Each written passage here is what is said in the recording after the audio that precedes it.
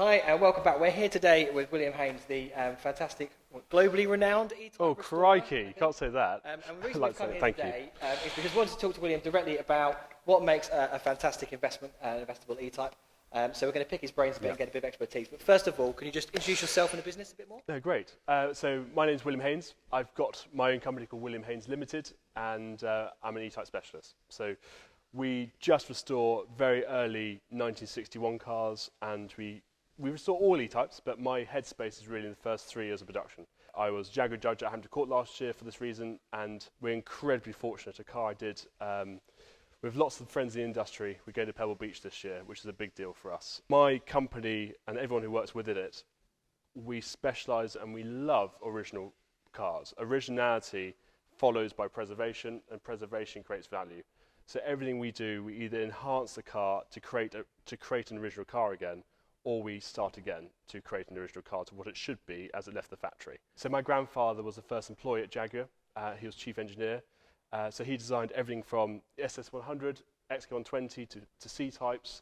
But more importantly, he ran the E-type program. So he designed the engine and everything to do with the E-type. My grandfather was totally responsible for with his team. My father also worked at Jaguar for over 20 years, and he did very, very well. So I'm now third generation. So I'm the only grandson in the world who's rebuilding the cars my grandfather designed. So it's not about the money.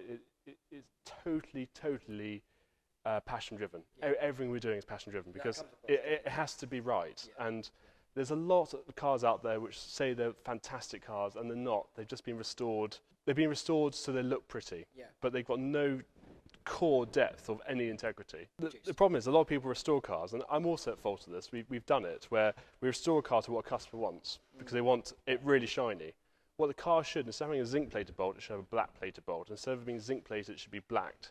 So my cars, I build them to such a high factory tolerance of originality, the cars mellow in time instead of being stuck in time. Right. So the view, a bit like this wonderful car here, it's still got all the original cab plating on it. So all the cab plating's brown because it's 50 years old, where all my cars start off as silver cad and then dull down to brown. So it's a lovely...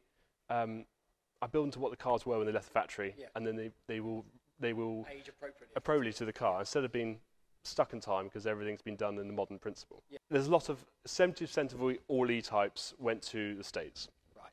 So when you go to home market cars, as what we specialise in here, they are such a rare motor car because the salt on the British roads and in Europe kills them. Yeah. So my first thing before I go through any matching numbers or anything on a car is body integrity. Yeah. Okay. Because either they're being written off or crashed or bumped, or they've suffered from serious salt rust, which results. I've got cars on walls there which there's no flaws in it.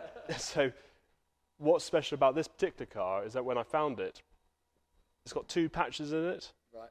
Which are minimal, and they were so well done. So it's basically a period patch, and don't touch it. That's how it was in its first 10 years of its life, and they're fine. Yeah, okay. To get a car which has had no bodywork done, apart from minute pieces, like we're talking sort of 50 pence piece size stuff. Yeah.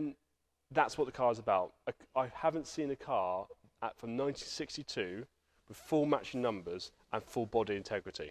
They've all either had sills, boot floors, new bonnet, new frames. Right. This car's special because it hasn't had any of that. It is 99.5% original body, right. And that's what is the car. There are no cars left which ever hit the market which are full body integrity from 1962.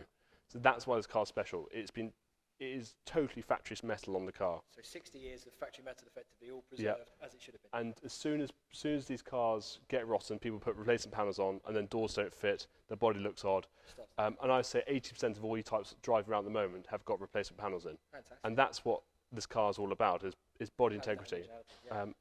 From body integrity, we then go to matching numbers. So we check the cylinder head stamping, we check the gearbox stamping, check the block stamping. You're checking those against the database from the factory. Exactly. So you get a spec sheet, and then we work saying, yes, all those numbers clarify to the heritage certificate, and the chassis plate, so we know this car has total integrity on numbers. Brilliant. Even down to the fan relay, which is nuts. So it's fan relay. So it's a very, very original car. Okay. What hasn't come off the car hasn't ever been off the car, and what has been off the car is documented. Yes. Because also we've got instant data where we can work from. So we know this car's still on the factory bushes. Yeah. It's because the car's done less than 60,000 miles. Right, right. So okay. Yeah. the reason we've got no invoices on suspension work is because It's never had any. So, but it's still usable. Yes.